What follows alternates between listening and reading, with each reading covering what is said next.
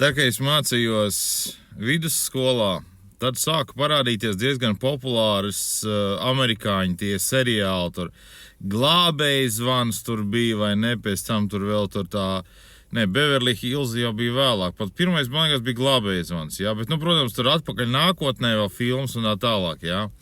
Un tur visi tie krutākie čaļi un meitenes, protams, bija tie, kas nodarbojās ar sportu, jā.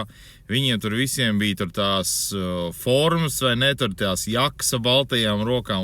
Un es, kad skatījos, protams, man, baigi patikās tas viss, tāpēc, ka viņiem bija, viņi automātiski skaitījās tie krutākie, vai ne, un smukākās meitenes viņiem bija, vai ne, un tas viss man likās ārkārtīgi forši.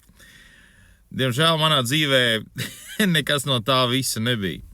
Bet tagad man ir tik patīkami, ja, kad man ir dēls, kurš to visu var izdzīvot, un es to izdzīvoju kopā ar viņu. Viņš ir hokejists, jā, viņam tagad ir viss tā formas tērps, vai ne, tur formas treniņš, ar kuru viņš tur iet un kičojās, vai ne, un jau meičs ir tur, var es atnākšu vakarā paskatīties uz tavu spēli un visu, viņš tāds, jā, labi, atnāc. Tas viss ir tik forši, vienkārši superīgi.